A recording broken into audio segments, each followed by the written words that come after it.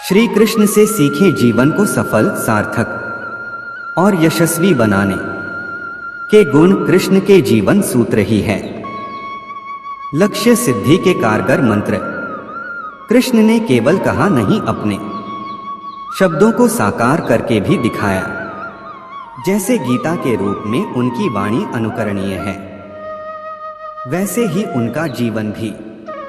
कृष्ण ने सिखाया कि रिश्ते कैसे निभाए जाते हैं, अपने पूरे परिवेश को प्रेम से कैसे भरा जाता है और जीवन के उतार चढ़ाव का सामना मुस्कुराते हुए कैसे किया जाता है। इस जन्माष्टमी कृष्ण को पूजें और उन्हें अपने जीवन में उतारें भी। महाभारत के महानायक भगवान श्री कृष्ण मानव इतिहास में मनुष्यता के सबसे बड़े मार्गदर्शक हैं। उनका गीता उपदेश जीवन प्रबंधन का अनुपम ग्रंथ है और उनका व्यक्तित्व कृतित्व गीता की साकार और प्रेरक कसौटी। यदि हम प्रयास करें तो उनके जीवन से सीख लेकर पूरी 360 डिग्री पर अपने जीवन को सफल, सार्थक और उन्हीं की भांति यशस्वी बना सकते हैं। संसार की रणभूमि में अपने जीवन की महाभारत में जय के ये कृष्ण के जीवन सूत्र ही लक्ष्य सिद्धि के कारगर मंत्र हैं। भगवान श्री कृष्ण का जीवन प्रेम का पर्याय है। वे मां, पिता, भाई बलराम, सखा अर्जुन और गोपियों सहित प्रकृति मात्र यहाँ तक कि पशु पक्षियों से भी सदैव प्रेम करते हैं। कवि रसखान ने कृष्ण के प्रेम को अभिव्यक्त करते हुए लिखा है कि शेषनाग, गणेश जी, शिव, विष्णु और इंद्र जिनकी महिमा का निरंतर गान करते हुए जिन्हें अनादि, अनंत, अखंड, अछेद व अभेद्य बताते हैं। वेद से नारद तक और शुकदेव से व्यास तक सारे ज्ञानी और साधक जिनके स्वरूप को जानने का प्रयत्न करते रहते हैं मगर जान नहीं पाते। ऐसे परम परमात्मा जब मानव रूप में श्री कृष्ण अवतार ग्रहण करते हैं तो ग्राम्य बालाएं महज एक दोना भर छाछ के बदले उनसे नाच नचवाती हैं और प्रेम के वशीभूत कृष्ण उनके समक्ष नाचने लगते हैं। श्री कृष्ण सिखाते हैं, निश्चल प्रेम हर क्षण को सुख से भर देता है और पशु पक्षियों सहित पूरे परिवेश को आनंदमय कर देता है। श्री कृष्ण का समूचा जीवन संकट, संघर्ष और चुनौतियों की कथा है। उनका जन्म कंस के कारागार में हुआ।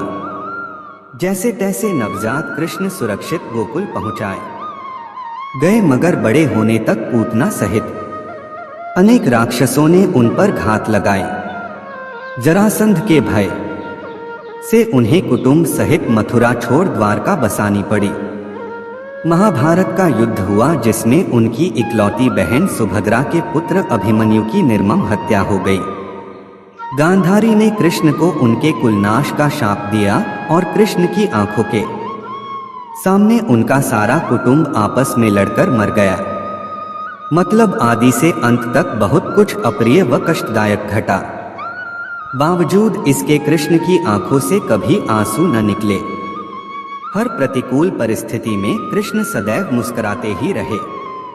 ईश्वर होकर भी साक्षी भाव से दृष्टा बने, सब स्वीकारते हुए सहज बने रहे। श्री कृष्ण सिखाते हैं, जीवन में कितनी भी प्रतिकूल परिस्थिति क्यों न हो, उसका मुकाबला मुस्कुराते हुए ही करना चाहिए। श्री कृष्ण स्त्रियों को मान देने व उनकी रक्षा करने में सदैव अग्रणी हैं। श्रीमद् भागवत पुराण के रास पंचाध्यायी में निर्मल प्रेम के लिए वे गोपियों के प्रति कृतज्ञता ज्ञापित करते हैं तो जन्मदात्री मां देवकी के साथ ही पालन करने वाली यशोदा की कृपा को पल पल सादर बखानते हैं। वे भीम को प्रेरित कर स्त्रियों को बंदी बनाए रखने वाले जरासंध का वध कराकर बंदी स्त्रियों को मुक्त कराते हैं। सखी द्रौपदी के मान की रक्षा के लिए चीर बढ़ाने का चमत्कार करते हैं तो अपने भांजे अभिमन्यु की मृत्यु के बाद उसकी विधवा उत्तरा का दुख दूर करने के लिए उसके मृत जन्मे पुत्र परीक्षित को पुनर्जीवित कर देते हैं।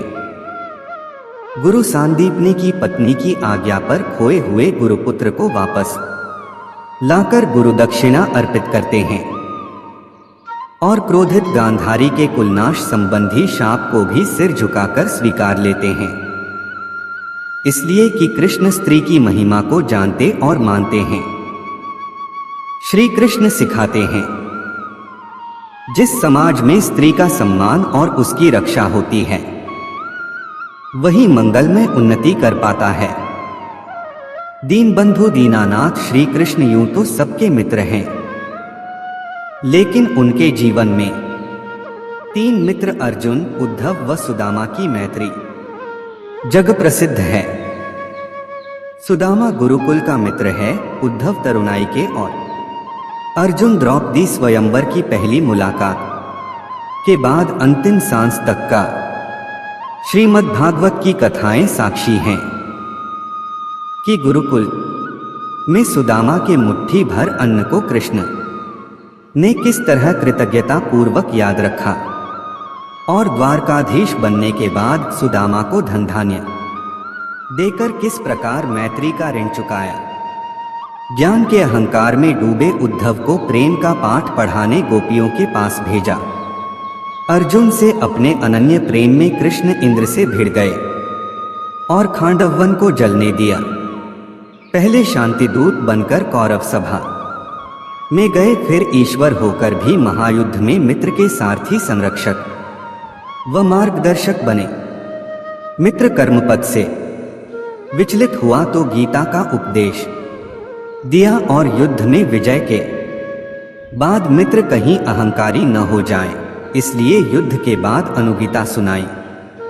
श्री कृष्ण सिखाते हैं, संकट में मित्र की सहायता करो, भ्रम में मार्गदर्शन और आवश्यकता पर सहयोग। यह सब निस्वार्थ हो और कर्ता भाव से रहित हो तभी सच्ची मित्रता है। प्रमाणों के अनुसार कृष्ण इस धरती पर 125 वर्ष रहे। इतनी दीर्घायु में उन्होंने विनम्रता से सिद्धि, कठोर परिश्रम, समयानुकूल नीति, सज्जनों का उत्थान और दुष्टों को दंड, ये 5 मूल मंत्र अपने व्यक्तित्व व कृतित्व के जरिए दिए। विनम्रता व सेवा भाव से गुरु सांदीपनी को प्रसन्न कर मात्र 64 दिनों में उन्होंने शिक्षा पाई और विनम्रता से ही जग को जीता। कठोर श्रम से उन्होंने द्वारका बसाई। कृष्ण सा नीतिज्ञ मनुष्यता के इतिहास में दुर्लभ है। जब जरासंध से लड़ना संभव न था, तब द्वारका की राह ली और भीम का बल पाते ही उसे मरवा दिया। पांडवों की भांति दुर्योधन भी उनका संबंधी था, मगर उसके अधर्म की राह पर होने से कृष्ण ने धर्मपथिक पांडवों की सहायता कर सज्जनों के उत्थान का संदेश दिया। कृष्ण परम क्षमाशील हैं, किंतु दुष्टों को दंड देने में संकोच और विलंब नहीं करते। बचपन में अनेक राक्षसों के वध के अलावा कंस, शिशुपाल, शाल्व से लेकर उनकी प्रेरणा से किए गए दुर्योधन, दुशासन, कर्ण व शकुनी के वध उनकी इसी कल्याणकारी दंड नीति के उदाहरण हैं। पूरा वीडियो देखने के लिए दिल की गहराई से शुक्रिया, धन्यवाद।